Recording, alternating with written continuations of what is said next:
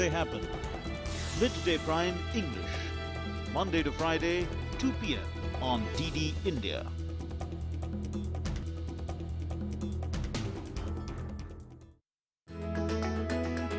We're going to be discussing about the Olympics and its impact on the economy and whether it can generate an economic revival. The idea is that you give the host cities enough time to build the facilities, build a brand, and start attracting attention. How you are going to fund this and who's going to earn out of this.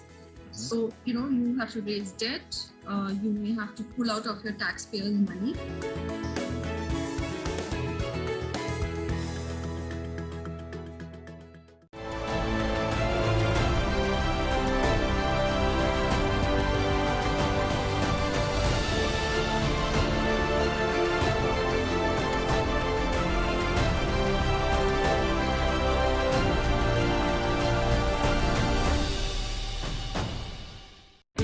Changing world of news. Headlines that you wake up to. News that shapes your day. Stories that matter to you. The latest and most accurate updates. A fresh start to a new day. The Breakfast News, Monday to Friday, 8 a.m. on DD India.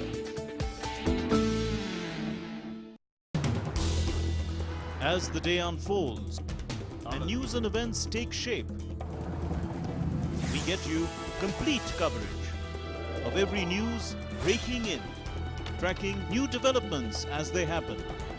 Midday Prime English, Monday to Friday, 2 p.m. on DD India.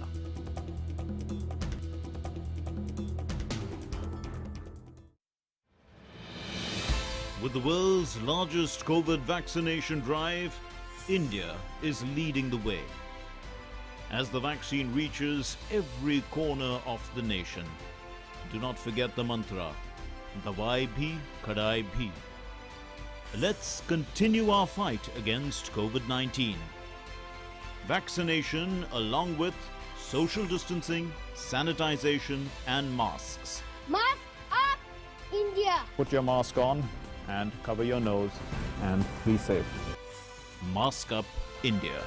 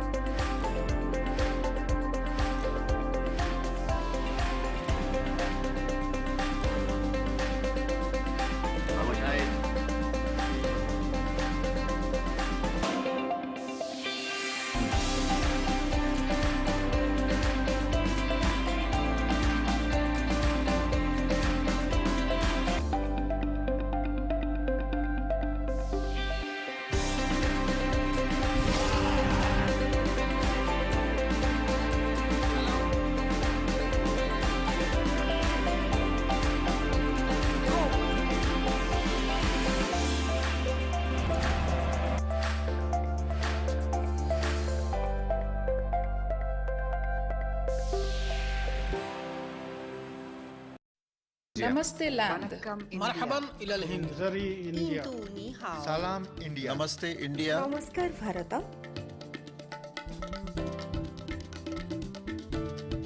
Nous sommes land. Nahnu hunud. India. Ma Hindi hasti. Hindian. Salam Hindustan. We are India.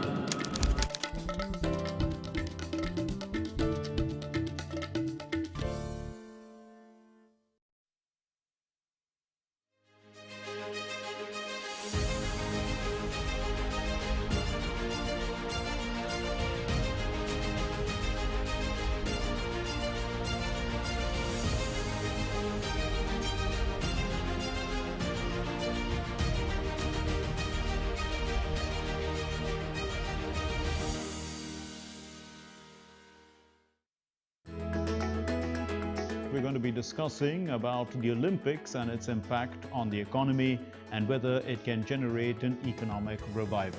The idea is that you give the host cities enough time to build the facilities, build a brand, and start attracting attention. How you are going to fund this and who's going to earn out of this. So, you have to raise debt, you may have to pull out of your taxpayers' money.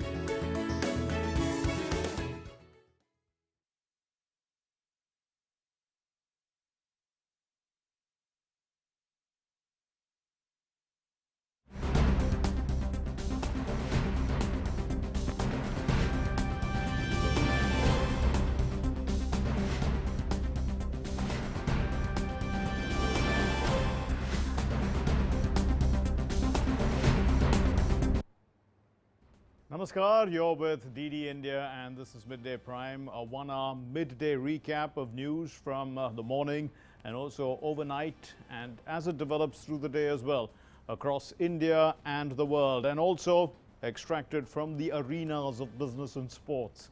But let's begin with the big news at this hour. The US Secretary of State Antony Blinken, on a maiden India visit after assuming charge, meets the External Affairs Minister Dr. S. Jaishankar. Takes part in a meeting with civil society representatives, says that the US and India share a commitment to democratic values. The guest also meets the NSA, Ajit Doval.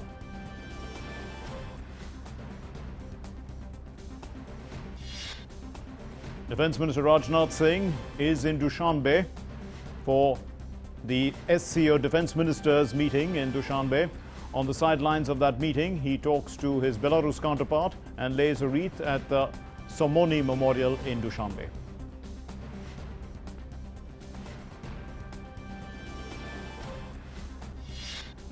Massive destruction reported from Kishtwar, Jammu and Kashmir due to cloudbursts and flash floods. 6 persons have died and over 3 dozens are missing. Army and SDRF teams engaged in relief and rescue operations. The Lieutenant Governor, Manoj Sinha, keeps a close watch on the situation, and several incidents of flash floods, cloudbursts have also been reported in Lahore in Himachal Pradesh. Baswaraj Bommai takes oath as the new Chief Minister of Karnataka. The Governor Thawarchand Gehlot administers the oath of office in secrecy. The Prime Minister wishes Bommai on his new innings as Chief Minister.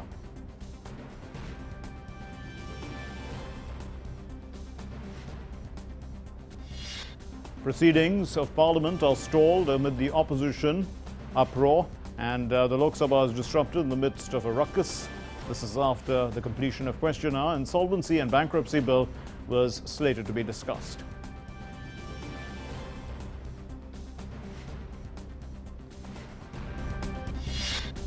And in the Olympics, PV Sindhu advances to the knockouts in the women's singles. Sindhu beats the Hong Kong player NY Cheong in straight sets, 21-9, 21-16.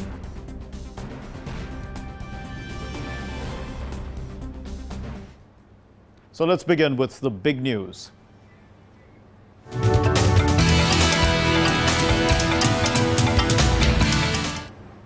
So the big story is this, that the US Secretary of State Antony Blinken has met External Affairs Minister Dr. S. Jaishankar in New Delhi. Dr. S. Jaishankar highlighted that bilateral cooperation has vastly expanded in the last few years, and talks today would provide an updated direction to translate cooperation into practical outcomes.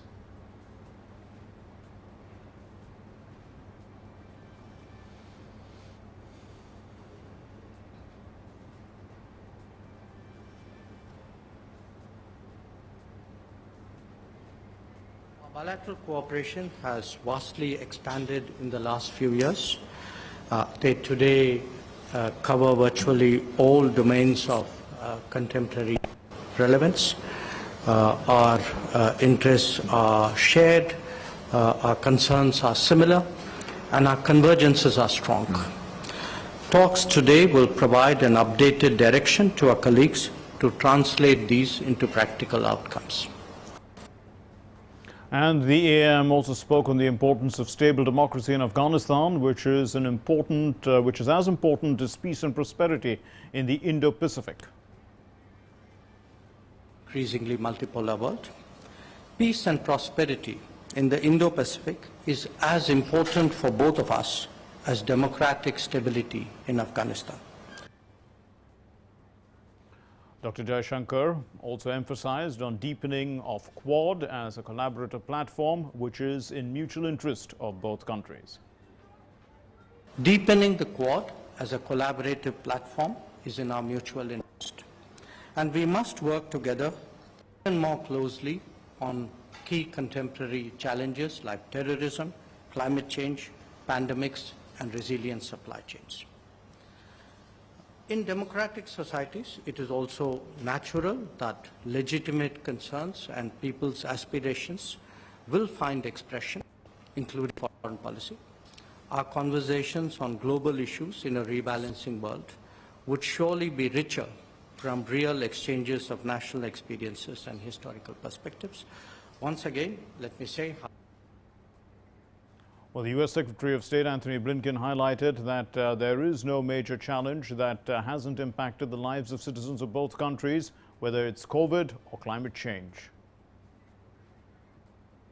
There is not a single major challenge that has an impact on the lives of our citizens, whether it's COVID-19, whether it's a changing climate, whether it's the disruptive impact of emerging technologies that can be addressed by any one of us acting alone.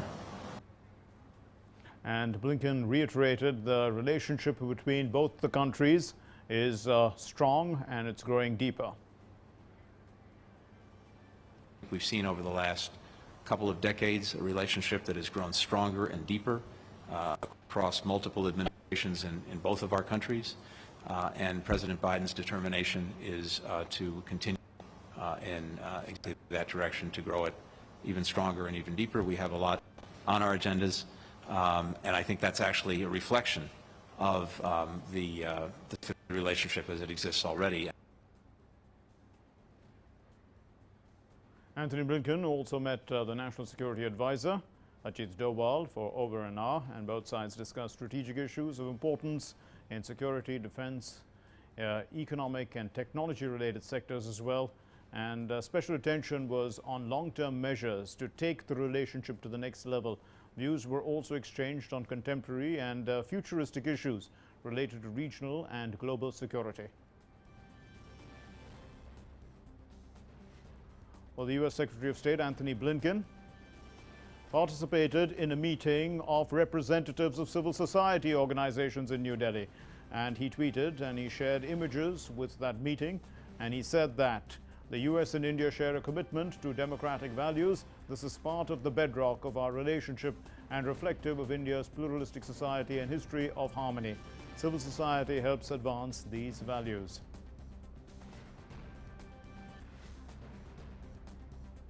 And let's check in with Amritpal Singh, who has been following that meeting very closely.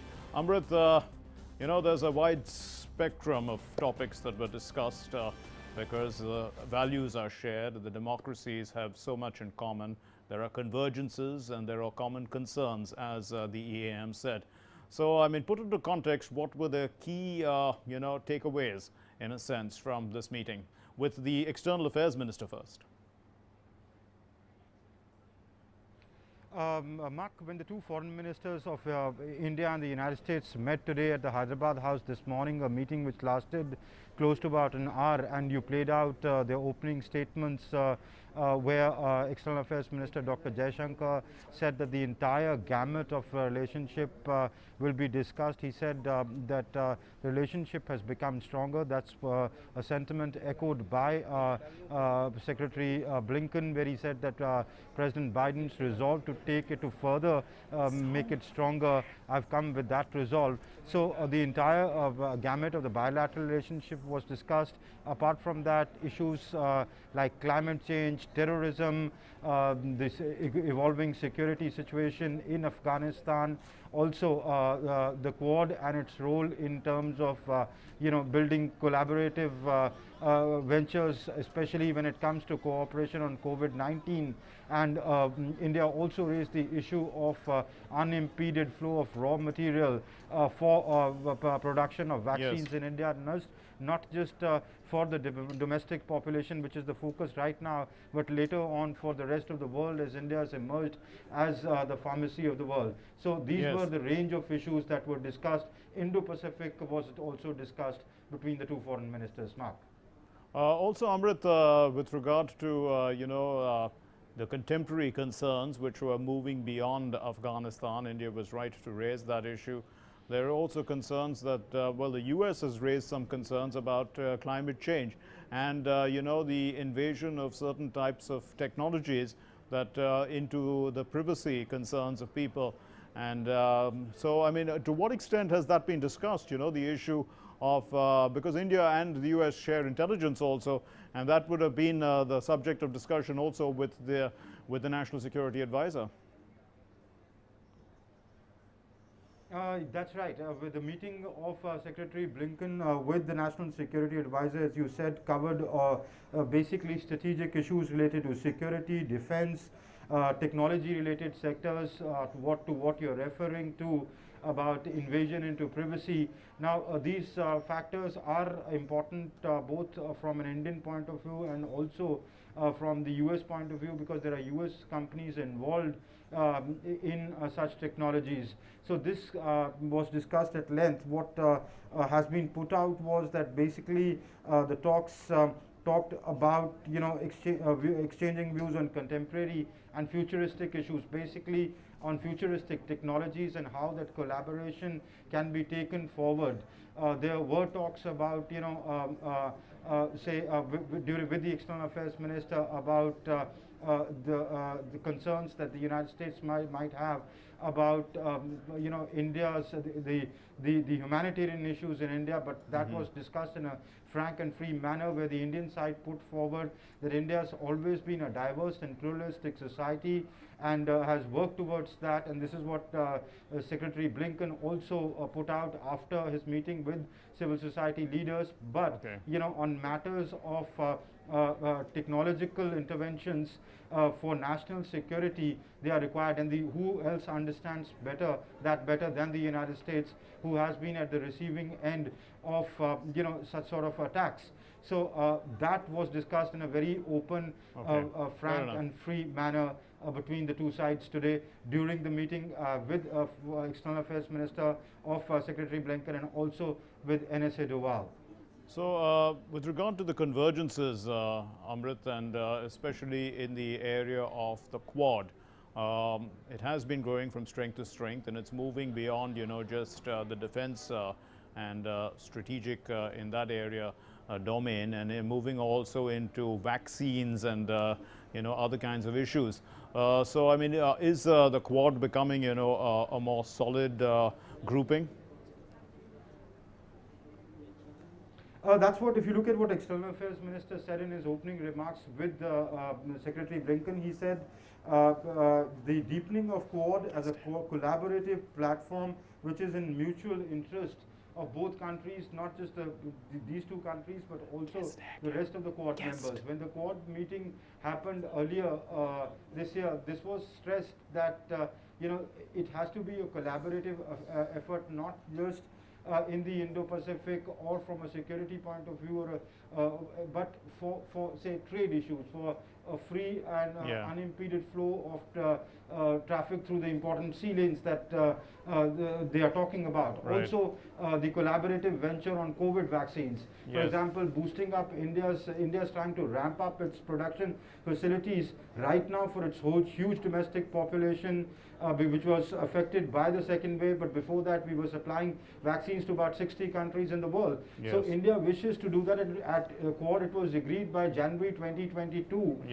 India should be looking at reaching, providing vaccines to huge populations of the world, especially Africa or other developing countries who need these vaccines. So, but India does need, the unimpeded flow or resilient supply chains of, say, raw material. So all that was discussed at length, and the framework of Quad to be strengthened for achieving those goals did come into sharp focus in today's conversations. Mark. Also, Amrit, of course, with Afghanistan, the concerns about Afghanistan, the US's troop withdrawal, and in a sense, a new situation emerging, an evolving situation, a new dynamic with Pakistan likely to play a more significant role there, closer to the Taliban. There's a vacuum of sorts. And India, development and peace go together. India's role was development.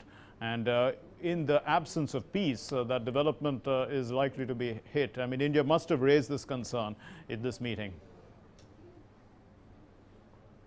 Absolutely. India raised that and raised that strongly, with the United States sharing its own assessment on what the situation in Afghanistan is. After the Americans announced the complete withdrawal by August 31st, the Taliban have got more belligerent and more aggressive and are consistently making territorial gains on the ground. There are fightings going on in many districts with the Afghan National Forces, and it is an evolving humanitarian crisis for the Afghans, but also a security crisis which has the potential of destabilizing the whole region. And India has been raising these concerns, consistently from day one, saying that the peace process in Afghanistan has to be Afghan-owned, Afghan-led and inclusive. But what is good for Afghanistan is also good for the region. And by force, you cannot take away power by force. This is what Dr. Jaishankar brought up with the Iranian leadership when he stopped in Tehran on his way to Moscow, when he met Sergei Lavrov. This was discussed, and at both Tashkent and Dushanbe, it was agreed that, the India stressed that there was a need for a regional response to the evolving situation, which is becoming worrisome. And today, when External Affairs Minister sat down with Secretary Blinken, this was India's assessment put across to the Americans. Also, the Americans had put down their assessment. We've seen statements emanating out of the United States, with the head of the U.S. Marine Corps saying that they will look at even strengthening hands of the Afghan forces so that Taliban can be contained. So the two sides, they are expected to come here, where at Jawaharlal Nehru Bhavan, where I am, and give press statements. In about 15 minutes from now, we'll exactly know what transpired there. But what we do know is that this issue was raised very strongly by India. Indeed. Amrit, I'm told that you have to stay with us. We are expecting also a guest to join us. So let me just continue with you for a little while more. And the situation with regard to Pakistan is also significant, because the pressure that has to be put on Pakistan by the Americans. I mean, this has been a long story. It's been going on for a long time, because the Pakistan deep state utilizes, their closeness to the United States in terms of military hardware to basically run their affairs. So in this context, in the new dynamics, the U.S. can put pressure on Pakistan. And has that been brought to bear on the U.S. in this discussion? Okay. Mark, I'll take this last question. I have to go because this press meeting would begin. I agree with you. I agree with you. That's what I was also telling. Yes. Go ahead. Yeah. On Pakistan, Mark, the Indians would have very clearly conveyed to the Americans that please use your influence on Pakistan, because Pakistan is playing a dirty game. The Afghans have accused Pakistan of providing air support to the Taliban, to the Afghan Taliban. We know across the border, across the Durand line, there is a Quetta Shura, which is based out of Quetta in Balochistan, which operates the Afghan Taliban. So the gains that they are making, the border crossings that they're capturing, has either an overt or a covert support from Pakistan, though Pakistan may deny it. The Americans know it very well. The Americans might want to pull out of Afghanistan for their own reasons, because it's a 20-year war and they're not getting anywhere further, and they now believe that the Afghans can fight their own war. But the fact remains that the Pakistan plays a dirty game. And the Indians would have very clearly conveyed to the Americans that they should use their influence upon Pakistan, their economic, military, security influence, their strategic partners in the war against terror, for Pakistan to see reason and see how Taliban is dangerous, not just for the Afghan society, but it has the potential of destabilizing the whole region and the world as well. Thanks very much, Amrit. You better go ahead and get back to the press conference, and we'll be coming back to you later with further inputs. Let me introduce to you Professor Harshvardhan Pant, Distinguished Fellow of the Observer Research Foundation, who's joined us now with more perspective on this important meeting between the Secretary of State Blinken and the External Affairs Minister S. Jaishankar. What would you say, are the key takeaways from this meeting? Amrit was talking largely about the issue with the dynamic situation in Afghanistan and the new roles being played perhaps by Pakistan and the certain abdication of a certain role played by the United States, which has created a power vacuum which could be to the detriment of India's development interests in Afghanistan. Yeah, I think it is, of course, the meeting is about lots of things, but given what is happening in Afghanistan, it will figure prominently in the discussion. And India's own response to that, in some ways, the lack of coordination between New Delhi and Washington on this issue has been relatively problematic, because America has accelerated its military withdrawal, not going according to the initial plan that was envisaged in the early months of the Biden administration, but suddenly they have taken a decision that they would withdraw at a rapid pace. Now, that has created great negative externalities for the region.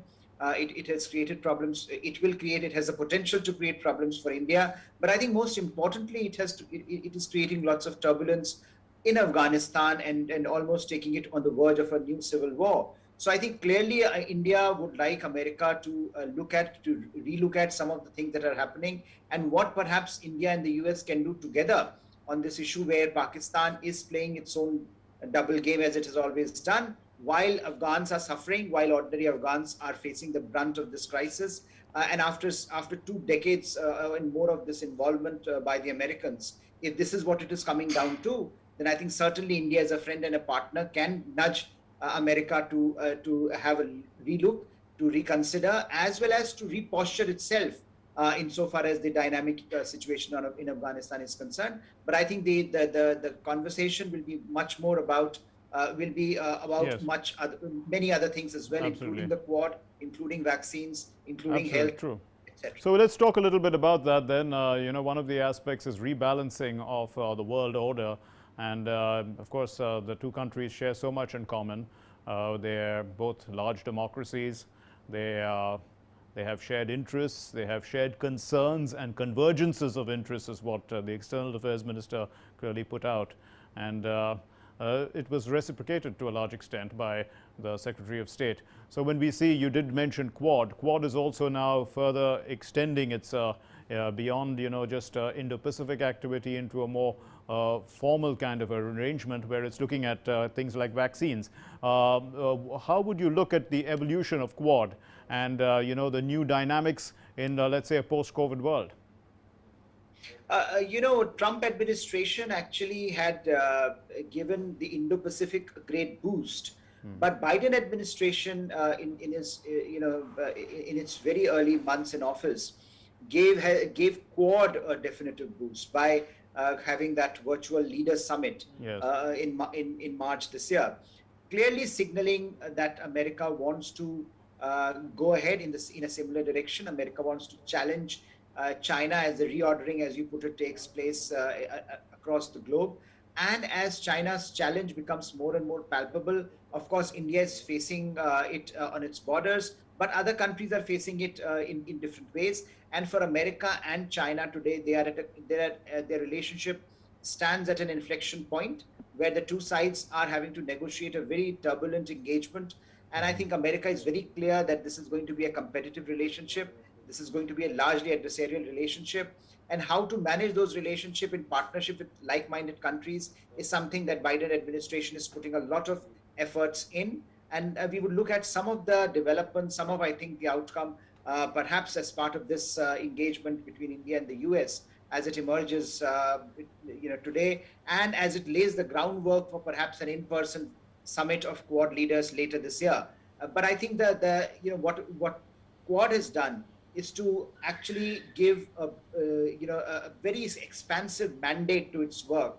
So from health and vaccines to global supply chains, to economic cooperation, to largely issues of multilateral and global cooperation. There are a range of issues, gamut of issues on the agenda that Quad brought to the table in March summit. And I think something that it will be very keen to take forward as they plan for the in-person summit later on, and as India and the US become the anchor of this larger engagement, because without India and the US acting together, coordinating their responses, and working together, I think the larger Quad mandate would not come to fruition. And I think both countries know that, they are aware of it, and therefore we have seen consistent high-level engagement, whether it was Secretary of Defense's visit early on, and now this visit by Secretary of State Blinken.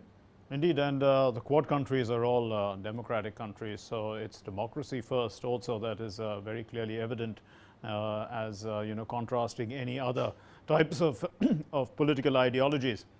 But, when we try and understand some of the other meetings, Secretary Blinken also had a meeting with the National Security Advisor, and he also met civil society leaders. Now, in terms of the National Security Advisor, there was also a concern, he did raise it with the External Affairs Minister about certain types of technologies that are being utilized in a particular way to, invade, to basically, countries can use them in a way to invade into cyberspace and basically a form of spyware. So in this context, this is an important piece of discussion in the futuristic technology, or let's say in the emerging and the new, in the current technologies itself of the world, and there are concerns. Yes, there are concerns. I think in particular, as far as technology and its role is concerned, there are concerns about, when it comes to open societies like India and the US, where we allow a lot of, stakeholders to operate without the kind of freedoms that they would enjoy, for example, in a country like China. And I think, therefore, this whole, lack of reciprocity angle becomes very, very evident, that you end up in a situation where those technologies can be used for all kinds of purposes. And therefore, how do you manage, how do you control, how do you regulate big technology firms and their implicit agendas? This is something that is very, very important. And this is something that I think all democracies, all nations that believe in certain kinds of freedoms to be expressed, I think they will have to come together and figure out a response. So far, we are seeing individual countries taking action, but that is not working. Okay. And I think if you combine them with countries like China that use information as a weapon, so you also end up in this domain of misinformation, campaigns being launched, and open societies like India and the US give them ample opportunities. So how do we protect ourselves from this kind of an onslaught is something that both India and the US are worried about. We have seen some of the consequences being played out both in the US and India. And I think this is going to be an important part of the conversation, not only today, but in terms of how India and the US can bring together a broader consensus on this as to how to regulate big technology and how do we ensure that we are protected by this onslaught from other countries that may not believe in our values. Indeed. Let's go back also to the concerns about the changing dynamics or the situation in Afghanistan and whether it could lead to, for more fundamentalism, which had been one of the key concerns, on our western borders for a very long time, and also affecting the region of Jammu and Kashmir. So what would you say? I mean, could these things re-emerge because of the US's movement away, and this would be a festering wound over a period of time now? Because to a large extent it had been controlled over the last many years. Yes, we had seen a great degree of emphasis being laid over the last few years on how do you manage this kind of extremism that emanating from Afghanistan at one point, and then being controlled and then being managed very well by Afghanistan's neighbors by various means. But I think now, because we are in a situation where Afghanistan seems to be imploding and Taliban's ideology seems to be gaining ground, all the countries are in flux, and even those countries, for example, that are touted as potential saviors of Afghanistan, like China. China is itself worried about what Taliban's ascendants might do in Xinjiang. So clearly, the challenge now is whether these countries, whether India can protect its interests, and whether India can work with other countries like the US to ensure that Talibanized ideology does not start infesting Indian border regions, and therefore, there is a lot of conversation to happen there, and for India and the US to engage on this question of once America leaves completely, what will be America's options if tomorrow the same ideology starts doing the same kinds of things that were happening before 9/11 attacks happened on the US soil. So I think extremism does not know any boundaries. This kind of extremism that emanated in 2001 from Afghan-Pakistan border and Afghanistan, that can again come to haunt the wider world, and that's a challenge that all countries should be aware of, and I think they are aware of, and I think that will be a major part of the conversation today itself. Indeed, and also trade and business, or the economy basically, to a large extent, which has been affected badly by COVID. India and the US have similarities in terms of that the digital revolution has, or the digital transformation has brought about a certain swift revival in the economy, or has the potential to bring about a swift revival. We've seen that some of the big US giants are declaring big profits actually because of the fact that everyone was online and shopping online, and as a result of all that. So I mean, there is a lot that even in the economic realm that the two countries can discuss moving forward. Yes, and if you recall, it was also part of the Quad agenda in March summit, because I think the priority at the moment is first to get your health policies right, and then to get your wealth policies right, and policies that generate wealth. And economic policies, therefore, as if you look at the post-pandemic environment, we are looking at a world that has been shattered by COVID-19. The economies have been shattered across the world. The news is not very good. And I think India is one of the few bright spots there. Despite all the challenges, India, we know that India will grow significantly this year if things continue to be on the present trajectory. And I think America also is coming back in a way that perhaps allows it to leverage its economic heft more potently across the world. And so that convergence between two economies that are getting back in their groove is going to be important for the larger revival of global economy, which is actually not doing very well at the moment. Indeed, there was a little time ago that pressure was being brought on China to acknowledge a role that that it probably played in the fact that COVID spread so rapidly in the world. And nobody really knows now what the origins of this virus because of China's reluctance to let an investigation take place. Do you think, this is an issue that should be discussed between India and the United States, and brought to a higher level, so that China can be made to pay the costs for this huge pandemic that has ravaged across the world? I think yes. I think this is a topic that I'm sure will be discussed in some form or another, because what has happened in the US is that US has taken a position that US will ask, and Biden administration has asked its own intelligence agencies now to probe the origins, given that they have no confidence in what they have, and I think the world has no confidence in what the Chinese have been telling. And now the Chinese have also done something remarkable, in the sense that they have now said no to WHO's request for a second probe into the origins of second stage probe into the origins of this virus. So they are, it's very clear that the Chinese are not relenting, and they will not relent.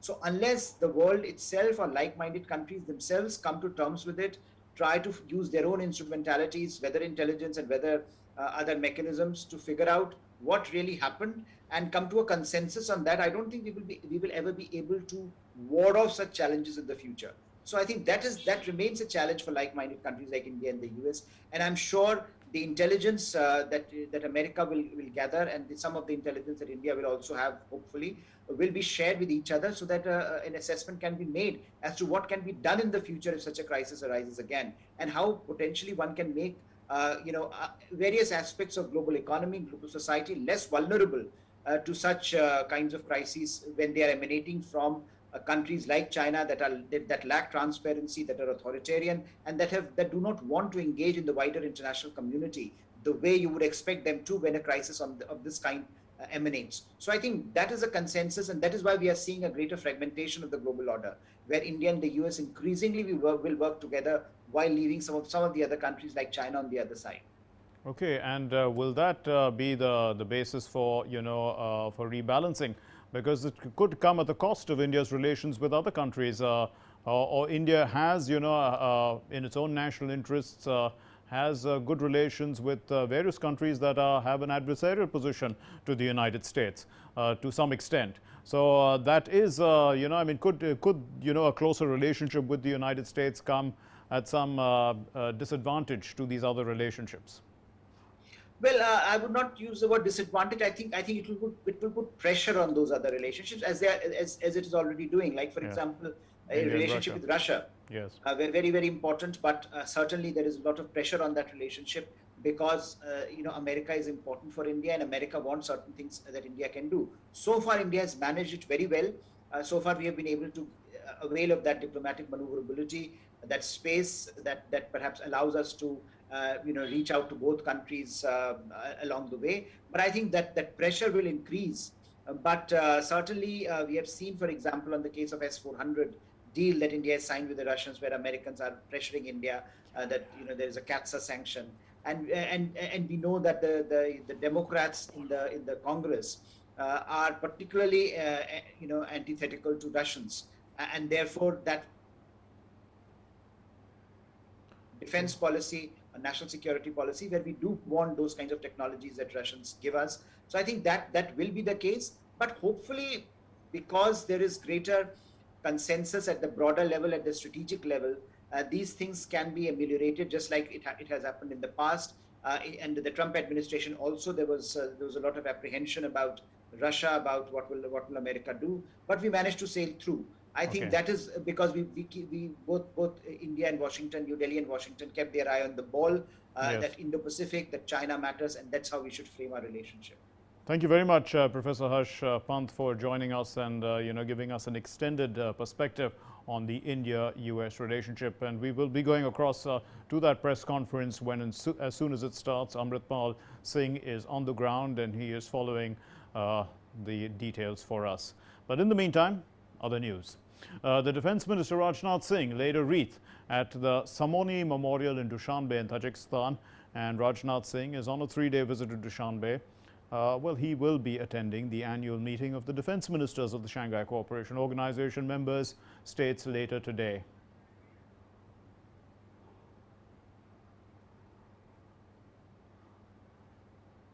And we will soon be joined by our correspondent Vishal Barristow, who is getting ready. I am told Vishal will be joining us in a little while from now. But in the meantime, let us move on to our next story, which is our National Prime segment.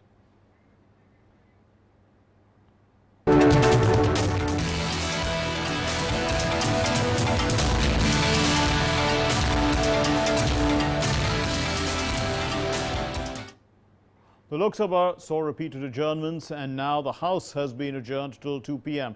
This is amid sloganeering by the opposition MPs. During question hour, members of the Congress, the TMC, the SP, besides other opposition parties, stormed into the well. They also tore papers and flung them into the air.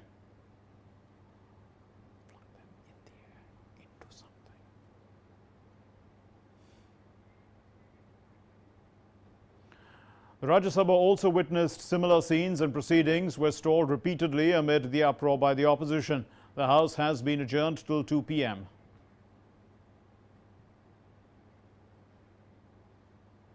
The Union Minister Anurag Thakur has slammed the Congress and the TMC MPs for not allowing the smooth functioning of Parliament today. He said that they can register their protest, but that too has a limit. The minister termed throwing papers on the Speaker, ministers and even at the media gallery and showing placards as unfortunate. He asked the opposition why they are running away from a discussion. मर्यादाओं को तोड़ने का काम आज जो कांग्रेस और तृणमूल कांग्रेस के सांसदों ने किया है, उसकी जितनी निंदा की जाए उतनी कम है। कभी स्पीकर महोदय पर कागज फेंकना, कभी मंत्रीगण के ऊपर कागज फेंकना, कभी तख्ती आगे लेकर आना, तो अब तो पत्रकार गैलरी तक भी कागजों को फेंकना, और जो अधिकारी वहां पर बैठे हैं उनके ऊपर चढ़ चढ़कर उनको दबाना, कागज फेंकना, ये अपने आप में दुनिया के सबसे बड़े लोकतंत्र को शर्मसार करने की घटनाएं हैं। जब माननीय प्रधानमंत्री जी ने पहले दिन कहा था कि हम सदन के अंदर चर्चा के लिए तैयार हैं, सरकार अलग अलग विषयों पर चर्चा करती है। बीएसी की मीटिंग में बिजनेस एडवाइजरी काउंसिल की मीटिंग में तय होता है कि इन किन विषयों पर चर्चा होगी। आखिरकार विपक्ष चर्चा से क्यों भाग रहा है? आखिरकार विपक्ष इस तरह की आपत्तिजनक हरकतें क्यों कर रहा है? आखिरकार विपक्ष लोकतंत्र की मर्यादाओं को तार-तार क्यों कर रहा है? Well, the Minister of State for Parliamentary Affairs, Arjun Ram Meghwal, also hit out at the opposition for not allowing the parliament to proceed, and he accused the opposition of creating disruption even during a discussion of issues which were decided because they were decided at the Business Advisory Council meeting, so they were decided beforehand. जो BSc हुई थी लोकसभा और राज्यसभा में, उस BSc में सभी दलों के लोग होते हैं, ये भी सब थे। इन्होंने 3 विषय तय किए हैं। एक विषय है कोविड, दूसरा विषय है फार्मर बिल्स या फार्मर्स एजिटेशन, तीसरा विषय है आपका प्राइस राइस। तो पहले इन 3 विषयों को तो पूरा होने दीजिए, फिर बीएससी में कभी विषय आएगा तो बात करेंगे। Well, the Union Minister of Coal and Mines, Prahlad Joshi, has, while answering questions, in fact, on coal reforms in the Lok Sabha, he said that coal imports under the NDA dispensation have declined, and the minister's comments followed, in fact, a discussion on coal reforms that took place during question hour. आज के दिन में हमारे पास almost लगभग 79 million ton of coal हमारे पास available है, जिस पहला हमारे पास इतने बड़ी मात्रा में, पर्याप्त मात्रा में है। We are the 4th largest reserve of the कोल।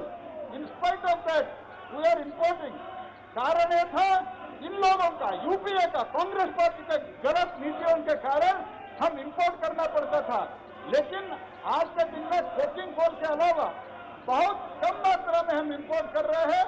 आगे भी हमारा प्रयास है, हम पूरा कोशिश में लगे हुए कि इंपोर्ट कम हो जाए, उसके लिए कमर्शियल माइनिंग भी हमने शुरू कर दिया है। Well, Basuraj Bommai was sworn in as the Chief Minister of Karnataka, and the Governor Thawar Chand Gehlot administered the oath of office in secrecy to Bommai at a ceremony in the Raj Bhavan. Bommai, a 3-time MLA from Shengao in Haveri district of North Karnataka, was the Home Minister and the Parliamentary Affairs Minister in the Yediyurappa cabinet. Bommai succeeds B.S. Yediyurappa, who had stepped down on Monday.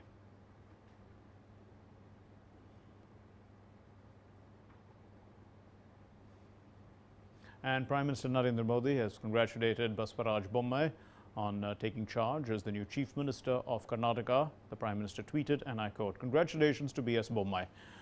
On taking oath as Karnataka's Chief Minister, he brings with him rich legislative and administrative experience. I am confident he will build on the exceptional work done by our government and the state. Best wishes for a fruitful tenure."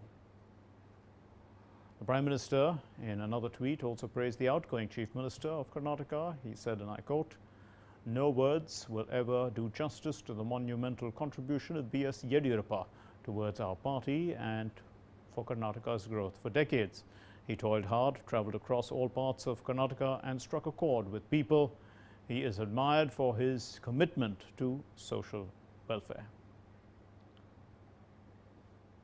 The Supreme Court today dismissed a special leave petition filed by Kerala to withdraw criminal prosecution against CPIM MLAs involved in a legislative ruckus incident that happened in 2015. So the Apex Court, in its strong words, observed that the behavior of MLAs destroying public property in the House can't be condoned. It noted that such acts can't come under legislative privileges. So what happened in 2015? In fact, the Kerala Legislative Assembly witnessed a ruckus following the opposition's attempt to obstruct the budget's presentation by the then Finance Minister of the UDF, KM Mani. And out of 6 accused, one of them, Sivan Kutty, is currently a cabinet minister in the LDF government. Prime Minister Narendra Modi will address policymakers in the domain of education and skill development. Students, teachers across the country. This happens on the 29th of July 2021. It's going to happen via video conferencing. It's going to mark the completion of 1 year of reforms under the National Education Policy of 2020. The Prime Minister will launch multiple initiatives in the education sector. The PM will launch the Academic Bank of Credit, and that's going to provide multiple entry and exit options for students in higher education. First-year engineering programs in regional languages, guidelines for internationalization of higher education, initiatives to be launched also include Vidya Pravesh. That's a 3-month play-based school preparation module for grade 1 students, Indian Sign Language as a subject at the secondary level, Nishtha 2.0, that's an integrated program for teachers training that's designed by the NCERT, and SUFFLE. SUFFLE stands for Structural Assessment for analyzing learning levels, and also a competency-based assessment framework for grades 3, 5 and 8 in CBSE schools. A website as well dedicated to artificial intelligence.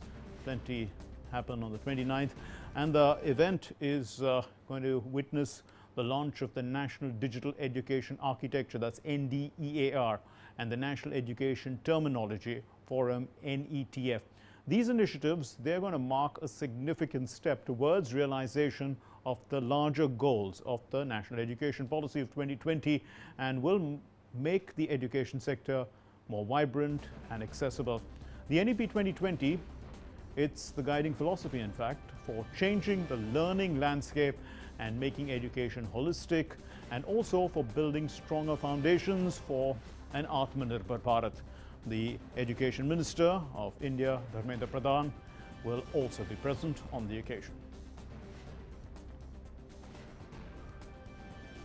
Let's quickly get you news and updates from the world of business.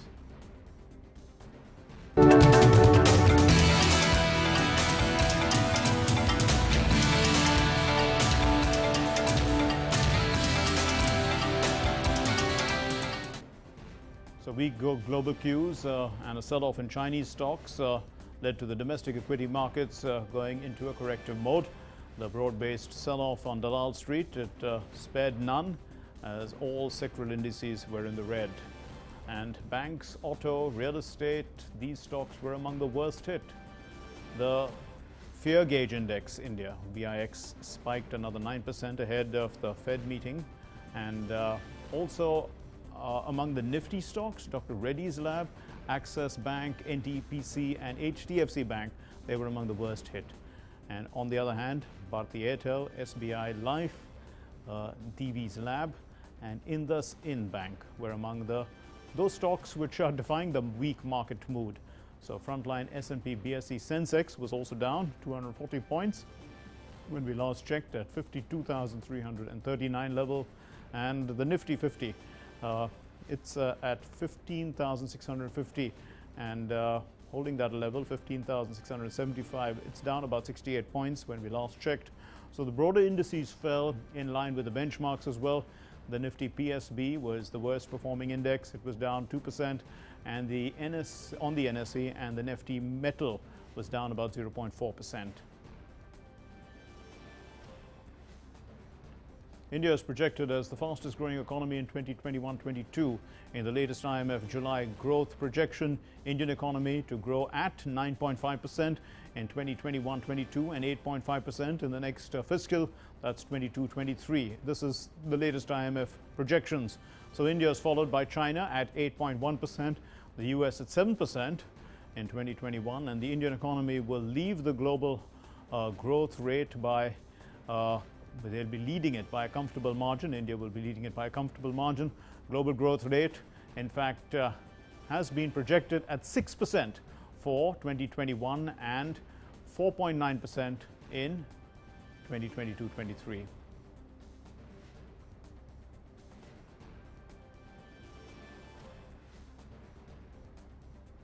Time now to turn to all the news from the world of sports.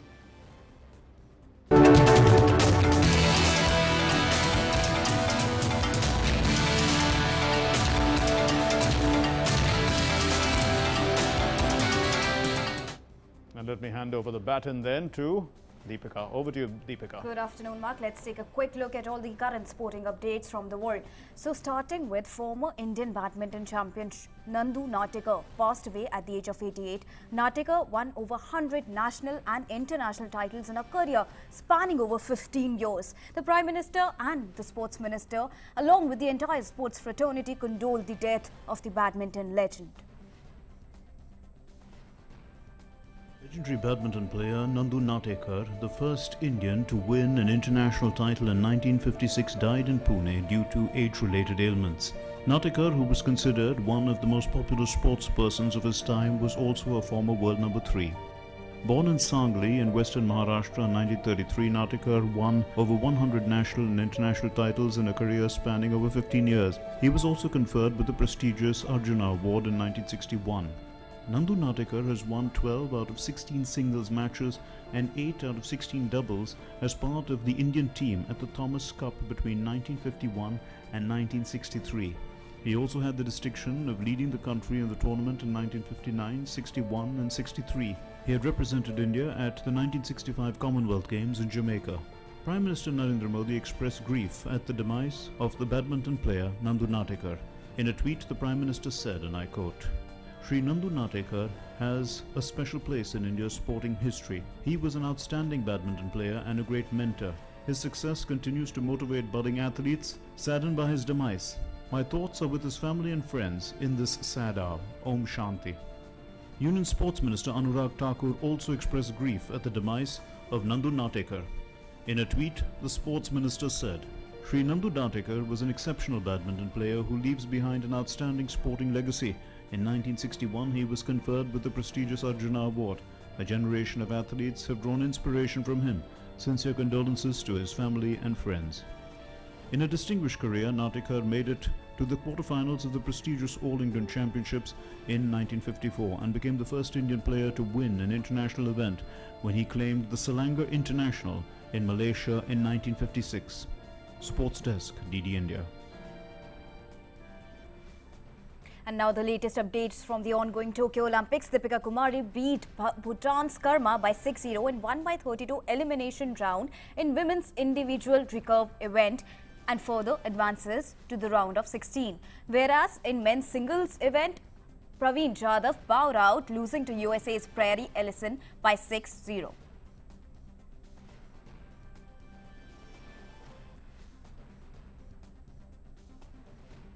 Unsung rowing heroes Arvind Singh and Arjun Lal Jat had their own moments of glory by becoming the first Indians to reach the double sculls semi-finals of the rowing competition at the ongoing Tokyo Olympics. India's previous best in men's double sculls was the 18th place finish by Manjeet Singh and Sandeep Kumar, which was back in London 2012 Olympics. More in this next report.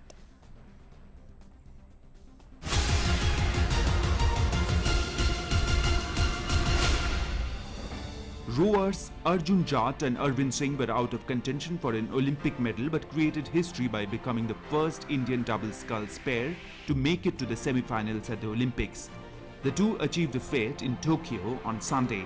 Arjun and Arvind clocked a time of 6:51.36 to finish third in the repechage round 2 and reach the semis at the Sea Forest Waterway in Tokyo. The pair had finished fifth in their heats of the lightweight men's double sculls event on day 1. Earlier, the Indian duo won a silver medal at the Asia and Oceania Olympic and Paralympic Continental Qualification Regatta to make the cut for the Tokyo Olympics. India's previous best in men's double sculls was the 18th place finish by Manjeet Singh and Sandeep Kumar in London 2012. Arjun assumes the role of the bower while Arvind is the team's stroker. The event includes 2 rowers in a scull boat using 2 oars each. The long, narrow and broadly semicircular in cross-section boats helps to reduce the drag. The maximum weight set for each male competitor is 72.5 kg and the average weight cannot exceed 70 kg. The duo underwent training at the Army Sports Institute in Pune. While Arjun hails from Nayabas village in Rajasthan, Arvind is from a small village of Khabra in Uttar Pradesh, but both of them grew up helping their parents tend to their modest farms. Like a lot of youngsters from rural India, both joined the army as a means of job security. Both of them were introduced to rowing during their time there. For a sport like rowing that is not so popular in India, both Arjun and Arvind have made India proud with their historic achievement of making it into the semis. Sports Desk, DD India. And in some good news from Tokyo Olympics, star shuttler PV Sindhu defeated Hong Kong's Nyang Yi-cheong in her second Group G match of the Tokyo Olympics. Sindhu defeated Nyang Ching-cheong in straight sets, scoring 21-9, 21-16 to cruise into the elimination round of women's singles. The 26-year-old wasted no time in the first set and won it with ease. The first set lasted for just 15 minutes, and in the second set, Cheong, as expected, tried to pull the match away from Sindhu, but the Indian captured important points to clinch the win in straight 2 sets.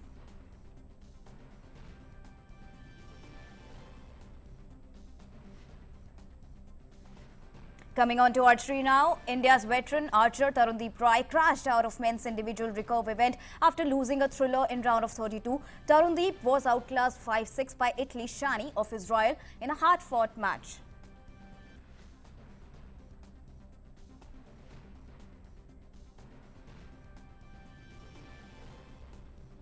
Well, Deepika, thanks very much for that. And let's go across now to the briefing from the External Affairs Ministry on the meeting between Secretary of State Blinken and External Affairs Minister S. Jaishankar. In fact, both of them are at the briefing.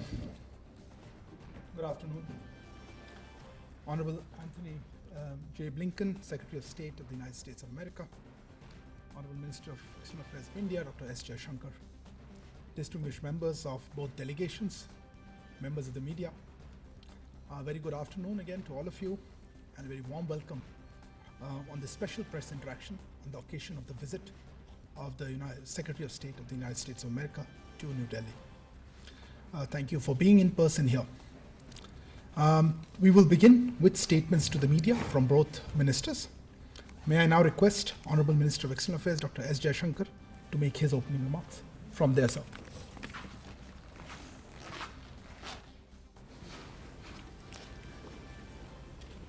Friends of the media, Secretary Blinken and I just concluded our discussions, and we welcome the opportunity to brief all of you.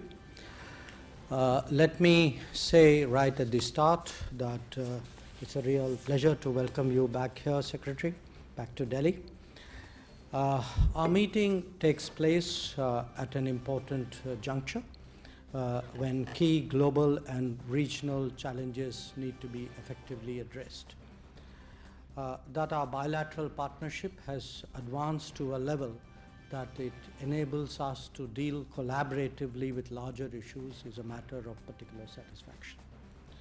Now, you're all aware of the extent of transformation of our relationship in recent years. Prime Minister Modi and President Biden have spoken numerous times and participated in summits of the Quad, G7 and climate leaders this year. And Secretary Blinken and I, the two of us, we are actually meeting, I think, for the 4th time this year. As foreign ministers, it is our responsibility to regularly review cooperation in different domains and keep our leaders apprised of the progress in our ties, and that is exactly what we have done today. Now, whether it is in responding to the COVID challenge, cooperating on defense and security, encouraging trade and investment, addressing climate change, or expanding education and innovation, I can say truly that there is much that has happened in 2021. The COVID issue was naturally a particular priority. So let me first acknowledge the responsiveness of the Biden administration to keeping the raw materials supply chain open for vaccine production in India. And then say a big thanks for the support we received during the COVID second wave from the United States, a support that I would say was truly exceptional. We focused today on expanding vaccine production to make it globally affordable and accessible. We also discussed travel challenges resulting from COVID. The US has been very forthcoming on students. I really appreciate all the trouble that the State Department and the Embassy has gone to in that regard. And I very much hope will take a sympathetic view of other travelers in the days to come. We spoke at length about regional concerns, multilateral institutions, and global issues. The expanding Indian footprint, be it in Africa, Southeast Asia, Caribbean, or the South Pacific, has naturally broadened our shared agenda. Among the many issues that we looked at, I would specifically note Afghanistan, the Indo-Pacific, and the Gulf. Regarding Afghanistan, it is essential that peace negotiations are taken seriously by all parties. The world wishes to see an independent, sovereign, democratic, and stable Afghanistan at peace with itself and with its neighbors. But its independence and sovereignty will only be ensured if it is free from malign influences. Similarly, unilateral imposition of will by any party will obviously not be democratic and can never lead to stability. Nor indeed can such efforts ever acquire legitimacy. The gains to Afghan civil society, especially on the rights of women, minorities, and on social freedoms, over the last 2 decades are self-evident. We must collectively work to preserve them. Afghanistan must neither be home to terrorism nor a source of refugees. On the other side of India, the Indo-Pacific presents a different set of challenges to stability, growth, and prosperity. Under the aegis of the Quad framework, we are engaged on maritime security, HADR, counter-terrorism, connectivity and infrastructure, cyber and digital concerns, COVID-19 response, climate action, education, and resilient and reliable supply chains. The Secretary and I discussed not only opportunities for further collaboration on all these issues, but also the importance of observing international law, rules, and norms, including UNCLOS. Our ability to work more closely, bilaterally, in the Quad and elsewhere benefits the international community as a whole. Developments in India's extended neighborhood are also naturally of great consequence to us. Stability in the Gulf, where our political, economic, and community interests are so visible, was a shared concern. On Myanmar, I conveyed our commitment to its democratic transition as well as our support for ASEAN initiatives. India and the United States are currently both members of the UN Security Council. Some of the agenda before the UNSC was also covered in our discussions, as also our approach to reform multilateralism. Countering terrorism has been the common endeavor for us in the UN framework, bilaterally and in other bodies. We are convinced that the world will never accept cross-border terrorism. As regards climate change, the Agenda 2030 partnership that Prime Minister Modi and President Biden launched in April strengthens our commitment to meet Paris goals. Taking forward its clean energy and finance mobilization tracks is therefore vital. Given the comprehensive and global nature of our strategic partnership, it is to be expected that our two countries would engage on major contemporary issues. Such conversations are not only essential in a democratic, diverse, and multipolar world, but actually affirm that we have entered a new era. We approach this pluralism through the lens of our own contexts, convictions, and cultures. Secretary Blinken and I have been very much part of the journey that has brought our two nations so close today. Our ties obviously serve our national and mutual interests well, but more important, make a real difference to the world and the big issues of our times. Having noted that, let me ask you, Tony, to give your take of our talks today, and I request the Secretary for his remarks. Thank you very much. Good afternoon, everyone. It's a real pleasure to be back in India. I was just thinking that the first time I came here was 40 years ago, with my family. I'm here now in a somewhat different circumstance, but it's wonderful to be here. And I especially want to thank Prime Minister Jaishankar, all of our colleagues in government, and some of the individuals I've had the opportunity to meet already today for an incredibly warm welcome. The Minister and I have a partnership and friendship going back some years, and I have to say it's one of the particular pleasures of my job to be able to work with you on a regular basis. There are few relationships in the world that are more vital than the one between the United States and India.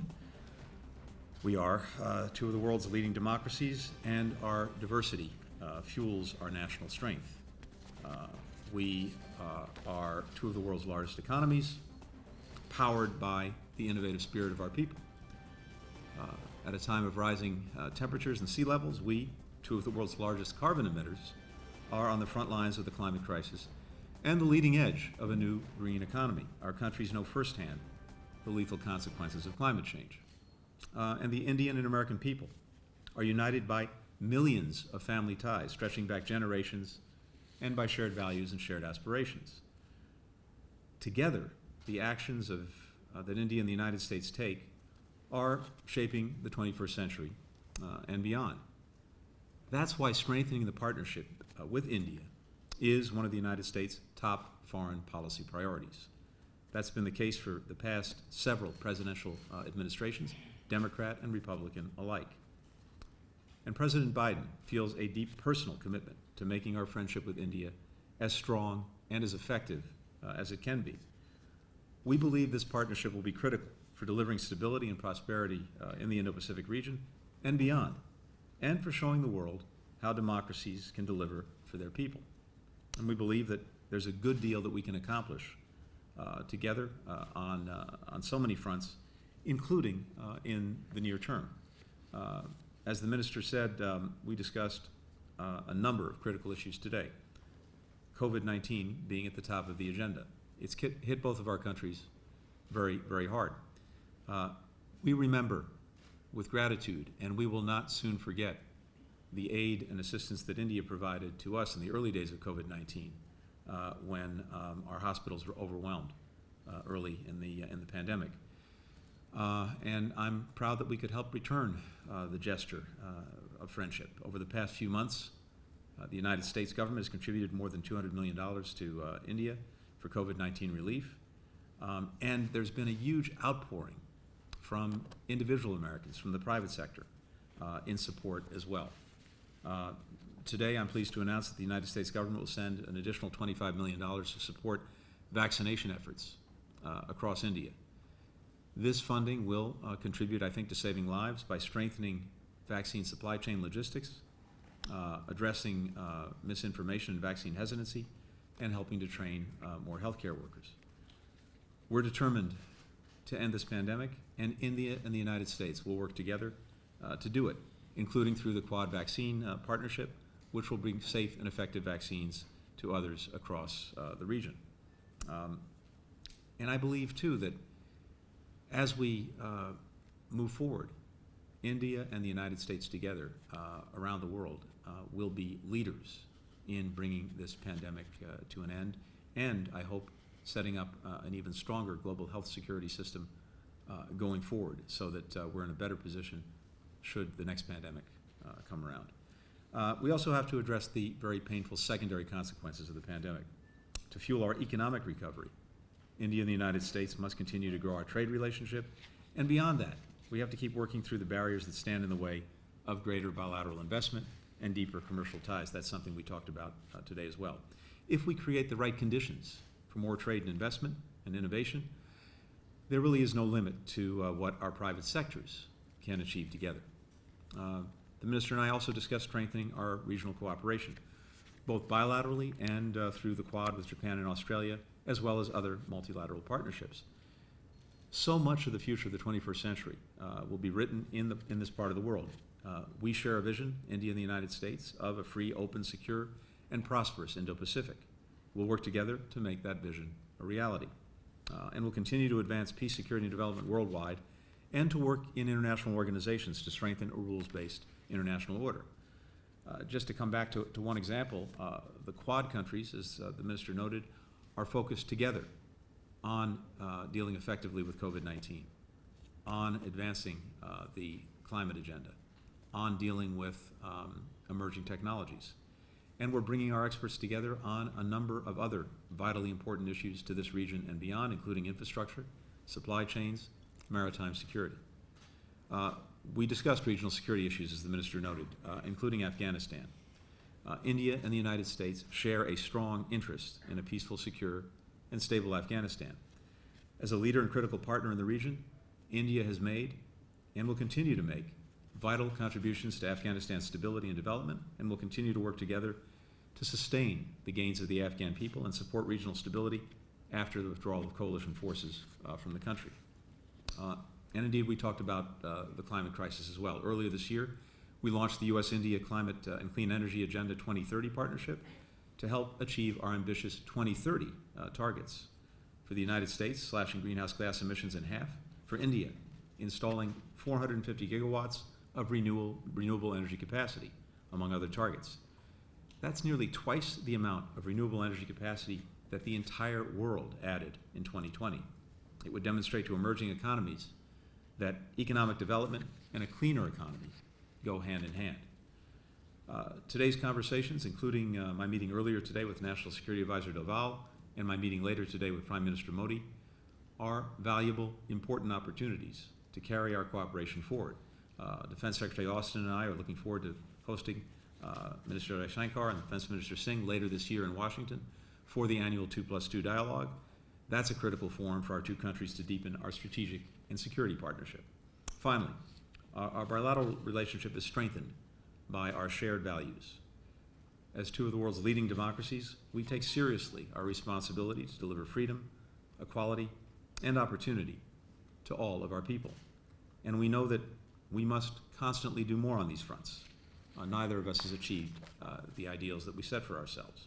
Part of the promise of democracy is the constant striving for better, as America's founders put it, to form a more perfect union, to always seek to strengthen our democratic institutions, expand access to justice and opportunity, stand up forcefully for fundamental freedoms. Those values are the heart of our democratic systems. They're at the core of the vast array of partnerships connecting our countries, not only between our governments, but also between our private sectors, universities, civil societies, most of all, between our people. One last thing. To prepare for my visit today, I look back on an earlier visit to India by an American leader. In 2006, then Senator Joe Biden was here. And during that visit to India, he said, and I quote, "My dream is that in 2020, the two closest nations in the world will be India and the United States. If that occurs, the world will be safer." Well, it's 2021. Joe Biden is President of the United States. The friendship between India and the United States is one of the most consequential in the world. And we too look to the future, to 2030 and beyond, because once again, the choices and investments that we make today can produce a healthier, more peaceful, more prosperous, more democratic future for our children and for the world. That's the opportunity before us, and that's what the people of India and the United States will work together to achieve. Thank you. Thank you, Honourable Ministers, for your opening statements. I will now. Well, we were listening to the statements, the joint statements being given by the External Affairs Minister, S. Jaishankar, and the Secretary of State of the State Department of the United States, Antony Blinken. We're back live once again. Let me begin with Parikshit Luthra from CNBC, please. Minister Jaishankar and Secretary Blinken, I believe both sides had detailed discussions on the situation in Afghanistan. Could you tell us about the areas of convergence and divergence about Afghanistan and the way ahead?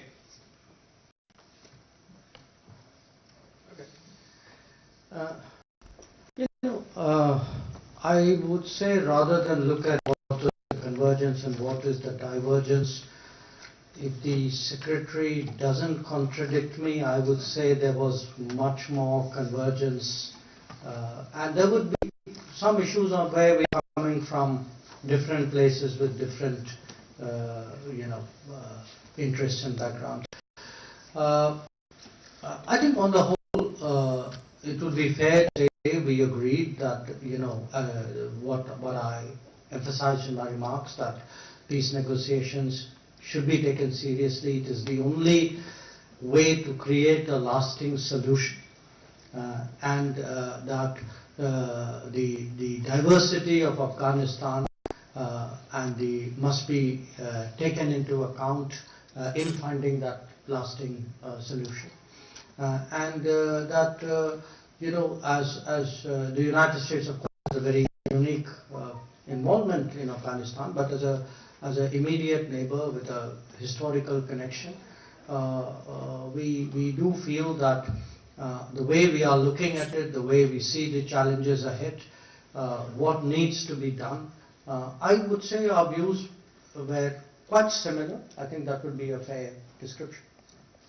I will certainly not contradict my friend for the most important reason that what he says is exactly right. I think we largely see Afghanistan the same way. We're both committed to the proposition that there is no military solution to the conflict that afflicts Afghanistan. There has to be a peaceful resolution, which requires the Taliban and the Afghan government to come to the table.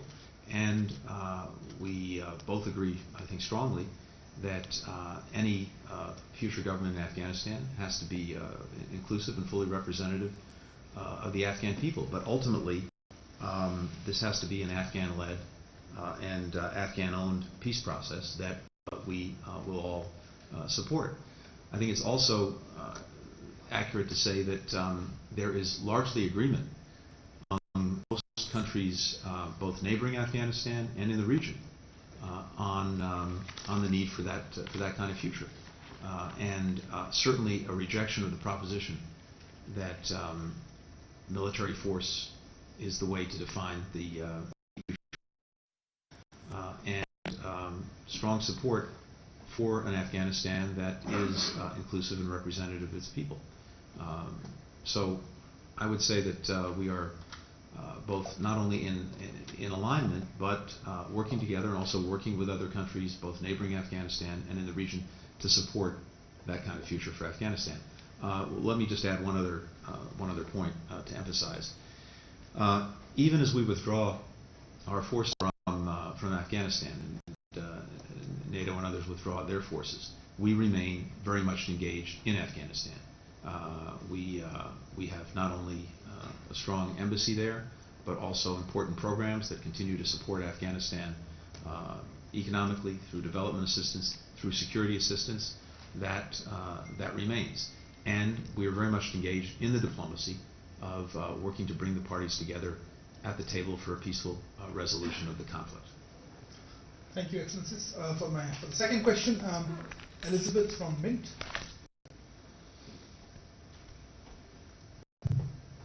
My question is to both Minister Jaishankar and Secretary Blinken. Your remarks, it seems there's been quite a bit of discussion on the Indo-Pacific and the Quad. Now, China doesn't lose any opportunity to criticize both these concepts. How would you answer Chinese Pacific and the Quad? Because they've described it as a nation, NATO, clique of countries, etc. How would you answer this? I'm happy to start. And I won't contradict you. What the Quad is actually quite simple, but as important as it is simple. 4 like-minded countries: India, the United States, Japan, Australia, coming together to work collectively on some of the most important issues of our time, are going to have a real impact on the lives of people, and to do it in a way that hopefully ensures a free and open Indo-Pacific region and peace, security, and prosperity for the people of that region. So what we're doing together is coordinating, pooling our resources, pooling our thinking, and actively collaborating on a whole variety of issues that have an impact on the lives of people, on COVID-19 and the vaccine initiative that we took with the first leaders meeting that took place just a few months ago, working on post-pandemic economic recovery together, working on the climate crisis, as well as a whole series of issues, everything from maritime security to infrastructure, that again are going to have a meaningful impact on the lives of our people. What the Quad is not is a military alliance. It is not that. Its purpose is, again, just to advance cooperation on regional challenges while reinforcing international rules and values that we believe together underpin peace, prosperity, and stability in the region. And of course, we're doing that as well in cooperation with other countries, with ASEAN, and other like-minded partners. Thank you. I'll now hand over. Let me just add a few words before you hand over. Look, I would, to what Secretary Blinken said, I would emphasize, I'm giving you an Indian perspective here. In a globalized world today, India has interests far beyond its immediate borders. Okay. Certainly we have interests in the Indian Ocean, in the Pacific Ocean, in the Indo-Pacific. Our major trade partners are there, our major trade routes are there, our political partners are there. We have big community interests. I mean, any parameter you use, it's very visible that India has interest in the Indo-Pacific. The second is that in this more complicated world with a lot of new challenges, when we talk about rebalancing, what really means is different countries whose capabilities have grown or have changed and who are enlightened enough to work with each other, obviously would like to do so. Now, for groups of countries to work together is not strange. This is the history of international relations. Countries work together, we're in the same region. I mean, different, you have regional cooperation. Or they sometimes work together even if they can find, intersections of interest. I mean, the BRICS is one such example. So, I think people need to get over the idea that somehow other countries doing things is directed against them. I think countries do things what are in their interest for their good and for the good of the world, and that is exactly what is the case with the Quad. Thank you, sir. Mr. Price, floor is yours.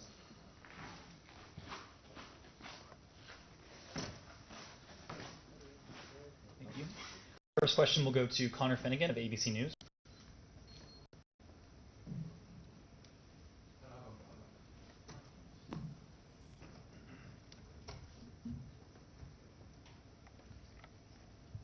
Thank you both. For Mr. Foreign Minister, how concerned are you about regional security as the U.S. withdraws its forces from Afghanistan? And do you believe the U.S. government has done enough to protect Pakistan over its support to the Taliban? And for Mr. Secretary, General Mark Milley said last week that the Taliban have the momentum. Ambassador Ross Wilson has said there are credible reports that the group is committing atrocities. And the U.S. recently had to conduct more airstrikes to slow their advances. Are things in Afghanistan headed in the wrong direction? Thank you. Well, look, it is natural, I'd say inevitable, that if the United States, which for the last 20 years had a robust military presence in Afghanistan, withdraws that presence, that there will be consequences.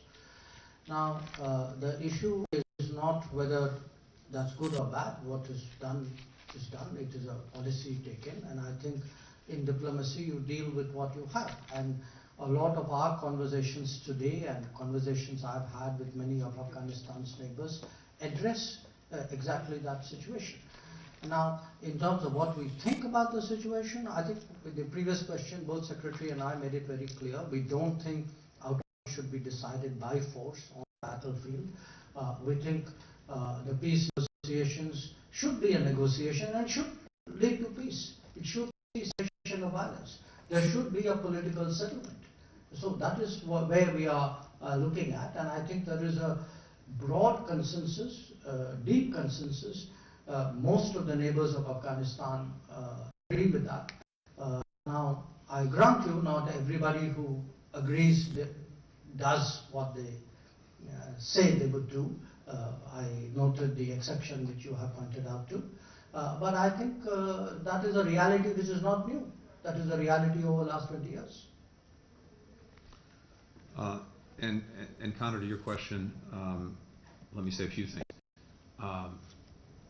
Yes, certainly what we're seeing on the ground in the last week is the Taliban making advances on district centers, challenging some provincial capitals.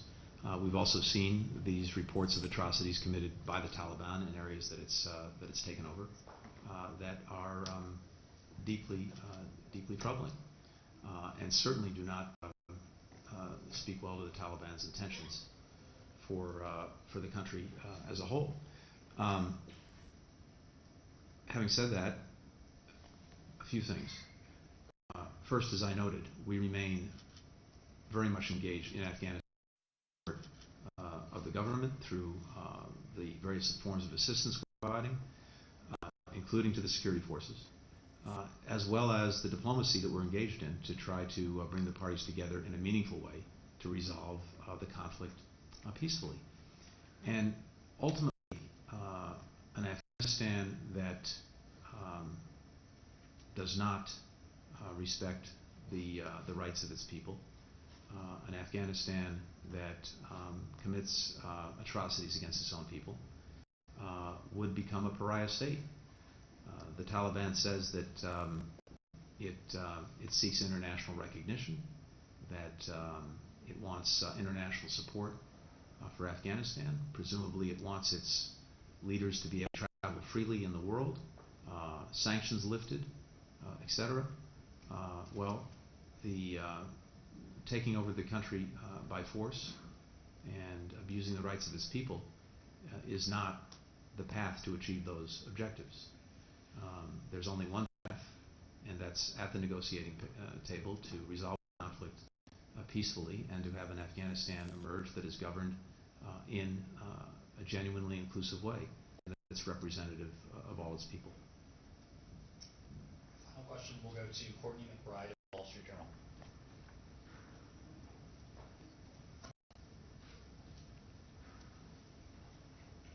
Thank you. Question for each gentleman. Mr. Secretary, you've discussed the U.S. and India's shared democratic deals and the challenges of upholding those. And as you look to partner on issues such as climate and COVID, and government is backslide on issues such as human rights. And to Dr. Jaishankar, what progress did you make in these discussions of a path out of the pandemic? And are you confident in the ability to accelerate vaccine production and distribution? And are you satisfied that the Biden administration is committed to expanding access to the U.S. beyond the students that you mentioned? I'm happy to start. So let me start by saying that our shared values, our shared democratic traditions, the high ideals that we both set for ourselves were very much a part of our conversation today, as they usually are. And let me just tell you why. You've heard me say this already today. I've said it a few times in the past, but the relationship between our two countries is so important and so strong because it's a relationship between our democracies and, at its core, a relationship between our peoples. And I think one of the elements that Americans admire most about India is the steadfast commitment of its people to democracy, to pluralism, to human rights, to fundamental freedoms. That's, in our minds, one of the ways that we define India. And we see ourselves reflected in that. And it's in part why our shared values strengthen the relationship. Like our own, India's democracy is powered by its free-thinking citizens. We applaud that, and we view Indian democracy as a force for good in defense of a free and open Indo-Pacific, indeed, a free and open world. We also recognize that every democracy, starting with our own, is a work in progress. And when we discuss these issues, I certainly do it from a starting point of humility. We've seen the challenges that our own democracy has faced in the past and faces today. But this is, in a sense, common to all democracies. I mentioned this earlier. We talk about in our founding document the search for a more perfect union. That, by definition, means that we're not perfect, and that our entire quest is to get closer and closer to the ideals that we set for ourselves, and that's how societies make progress. And sometimes we're at moments when the challenge is painful. It can even be ugly, but as democracies, we deal with it openly. And ultimately, I think we have in our democracies self-righting mechanisms that are made up of free citizens of different backgrounds, different faiths, a free media, independent courts, powered by a system of free and fair elections. The most remarkable democratic elections in the world in many ways are here in India, just by sheer numbers. It's the largest expression of free political will by citizens anywhere on earth. So I say all this because as friends, we talk to each other about these issues. We talk about the challenges that we're both facing in renewing and strengthening our democracies. And I think, humbly, we can learn from each other because no democracy, regardless of how large or how old, has it all figured out. And we celebrate that the world's oldest and the world's largest democracies are dedicated at heart to a shared set of values that I believe will ensure not only the ultimate success of democracy, but the success of the relationship between India and the United States.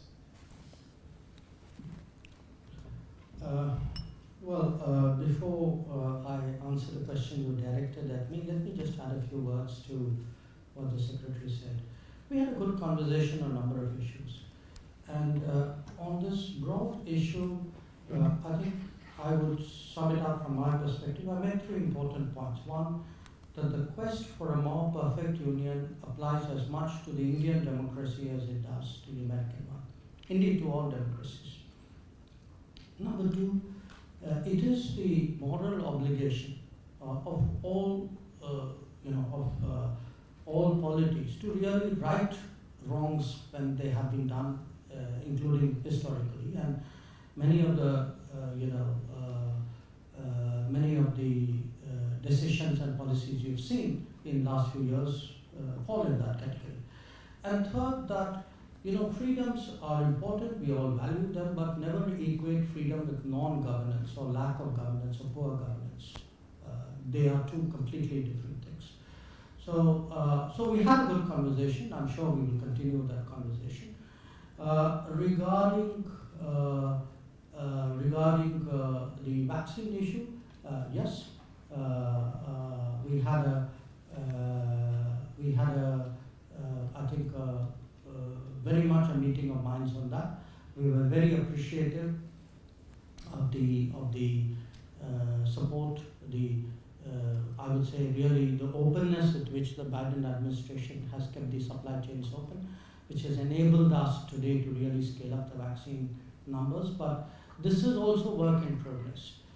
So there will, given the nature of the industry, the nature of the changes in vaccinations which are coming into stream, we will have to keep working at it. But overall, yes, we were very satisfied, very appreciative.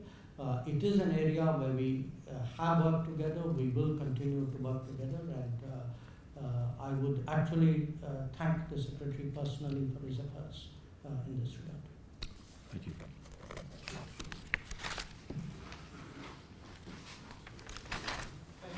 Then brings us to the end of this media interaction. Thank you for all you for your presence. Please remain seated as the delegation members leave.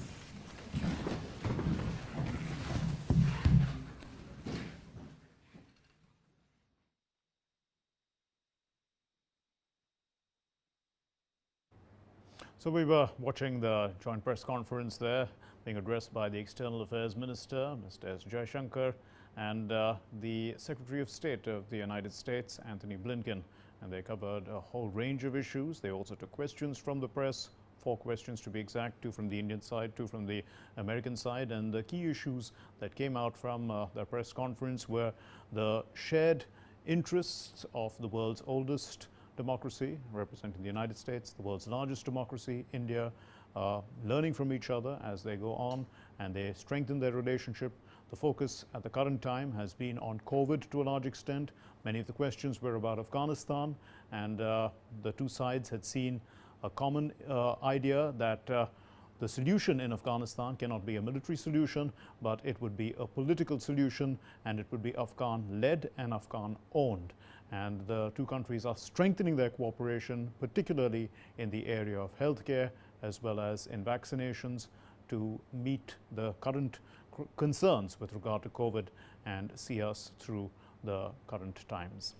So that's basically the key points from this meeting. Thank you very much for watching, and we'll give you more in our subsequent bulletins. Do stay with us. Keep watching DD India.